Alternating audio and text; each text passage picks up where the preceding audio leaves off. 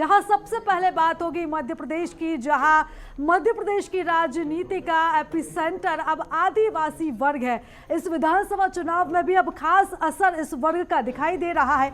BJP हो या कांग्रेस या फिर तीसरा मोर्चा, सभी इसी आदिवासी कल्याण की धुरी पर घूम रहे हैं। लेकिन आदिवासी वर्ग राजनीति से कोसों दूर है, कोसों दूर दिखाई भी दे रहा है। इसी पर आज हम चर्चा करेंगे और इस पूरी खबर के हम मायने भी समझने की कोशिश करेंगे। तो वही दूसरी खबर होगी हमारी छत्तीसगढ़ की, जहां पर कल पहले चरण का मतदान होना है। तो लोकतंत्र का महापर्व जिसकी शुरुआत कल हो जाएगी, काउंटडाउन भी आज से शुरू हो चुका है। 20 सीटों पर मतदान होना है और इसको लेकर क्या कुछ तैयारियां हैं, कितनी वहां पर सुरक्षा के इंतजाम किए गए हैं, चुनाव को लेकर कितनी वहां पर तैयारियां हैं और मतदान के लिए क्या कुछ वहां पर पुख्ता इंतजाम किए गए हैं, इन सभी को लेकर भी हम चर्चा करेंगे, जानकारी लेंगे। तो दो महत्वपूर्ण खबरें जिन पर हम अभी चर्चा करने वाले हैं। तो सबसे पहले बात हम मध्य प्रदेश की करेंगे, जहां आदिवासी वर्ग को रिझाने के लिए हर पार्टी, चाहे बीजेपी हो, कांग्रेस हो या तीसरा अन्य कोई दल हो, सभी अब आदिवासियों को लुभाने की कोशिश कर रहे हैं। और इस बार जो आदिवासी वर्ग है वो चुनाव के केंद्र में है। बीजेपी, कांग्रेस, तीसरा मोर्चा सभी आदिवासी कल्याण की धुरी पर ही घूम रहे हैं। लेकिन आदिवासी वर्ग की अगर हम बात करें तो आदिवासी जो वर्ग है वो राजनीति से कोसों दूर दिखाई दे रहा है। देश में सबसे ज्यादा आदिवासी आबादी वाला राज्य झारखंड है, छत्तीसगढ़ नहीं बल्कि मध्य प्रदेश है। लिहाजा यहाँ आदिवासियों को लेकर सियासत भी खूब होती है और आदिवासियों को लेकर बयानबाजी भी यहाँ पर बहुत ज़्यादा होती दिखाई देती है। और अगर हम आदिवासियों की मध्य प्रदेश की बात करें तो कुल आबादी मध्य प्रदेश में आदिवासियों की 21% है और यहाँ से 230 सीटों में से 47 सीटें ऐसी हैं जहाँ पर आदिवासी समुदाय के लिए बाकायदा यहाँ पर आरक्षण भी है। यानी 47 सीटें मध्य प्रदेश में आदिवासी समुदाय के लिए आरक्षित है। लिहाजा बीजेपी, कांग्रेस, आम आदमी पार्टी या फिर बीएसपी हो, एसपी हो, सभी पार्टियां चुनावी बेला में आदिवासी उत्थान की बात कहते हुए नजर आती हैं।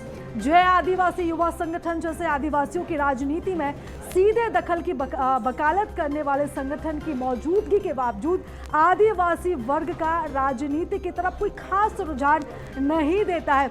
आदिवासी वर्ग का भले ही राजनीति की तरफ कोई खास रुझान ना देता हो, लेकिन जीत, हार या सत्ता किसके हाथ में आएगी, इसमें बहुत महत्वपूर्ण भूमिका जो है वो आदिवासी वर्ग निभाता है।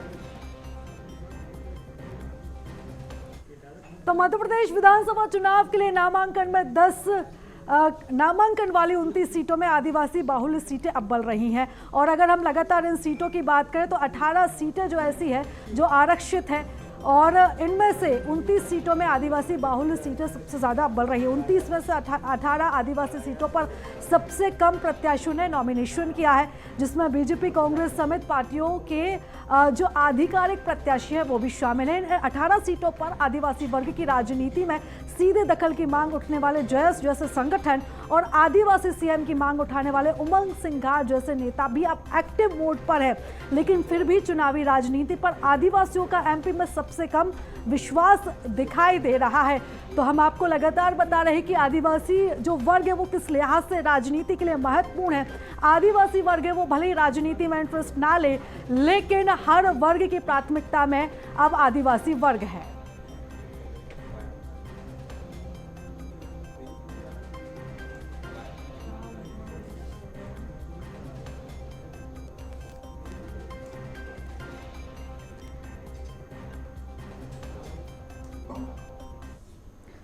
तो राज्य की दोनों ही बड़ी पार्टियां बीजेपी और कांग्रेस के पास इस स्थिति को लेकर अपने अपने तर्क हैं।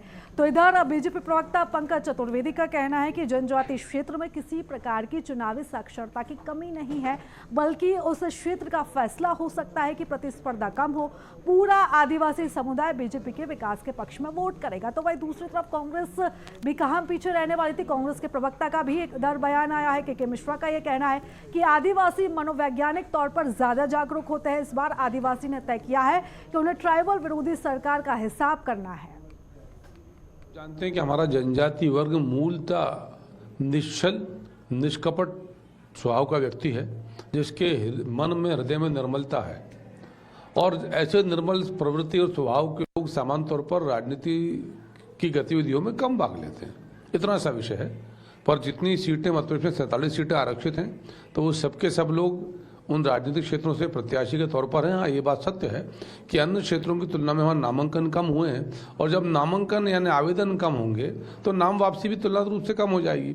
पर इसमें कोई संदेह नहीं कि मध्य प्रदेश में भारतीय जनता पार्टी की सरकारों ने जनजातीय वर्ग के नेतृत्व को और जनजातीय समाज को सशक्त करने के बहुत सारे काम किए। पैसा ऐड के प्रावधान लागू करने वाला मध्य प्रदेश देश का ऐसा राज्य है जहाँ एक लंबे समय तक कांग्रेस की सरकारें थी, उन्होंने ये छल कपट किया। जनजातीय वर्ग को अधिकार देने में, जनजातीय आयोग का गठन करने में, संवैधानिक दर्जा देने में, उनकी शिक्षा स्वास्थ्य की बुनियादी सुविधाओं में सरकार ने काम किया है। जनजातीय न्यायिक न्यायिकाओं के मान सम्मान प्रतिमान की स्थापना में बीजेपी की सरकार ने काम किया है। नहीं, मैं आदिवासी भाइयों की राजनैतिक लिटरेसी की तारीफ करना चाहूँगा। यह चुनाव पहली बार ऐसा दिखाई दे रहा है कि एक भ्रष्ट व्यवस्था के बीच में जनता लड़ रही है, और यदि आदिवासी क्षेत्रों में उम्मीदवार कम हैं तो ये उनकी जागरूकता का प्रतीक है। उन्हें मालूम है कि अब दो ही पार्टी के बीच में मुकाबला है, तो हम अपने इंडिपेंडेंट कैंडिडेट लड़ाकर वोटों का विभाजन ना करें। ये उनकी जागरूकता कहूँगा मैं।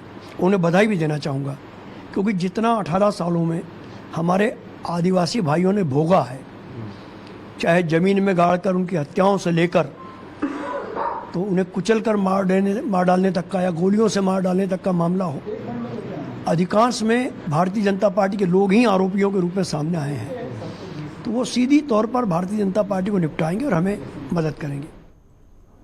और चलिए इस खबर पर ज्यादा चर्चा कर लेते हैं। हमारे साथ संवाददाता प्रखर जैन जुड़ चुके हैं। प्रखर, देखिए, आदिवासी का साथ जिस भी पार्टी की तरफ जाए, चाहे बीजेपी हो या कांग्रेस हो या अन्य कोई दल हो, एक संजीवनी की तरह साबित होता है, और इसी के चलते अब आदिवासियों को केंद्र में रखकर ही मध्य प्रदेश की राजनीति चलती है।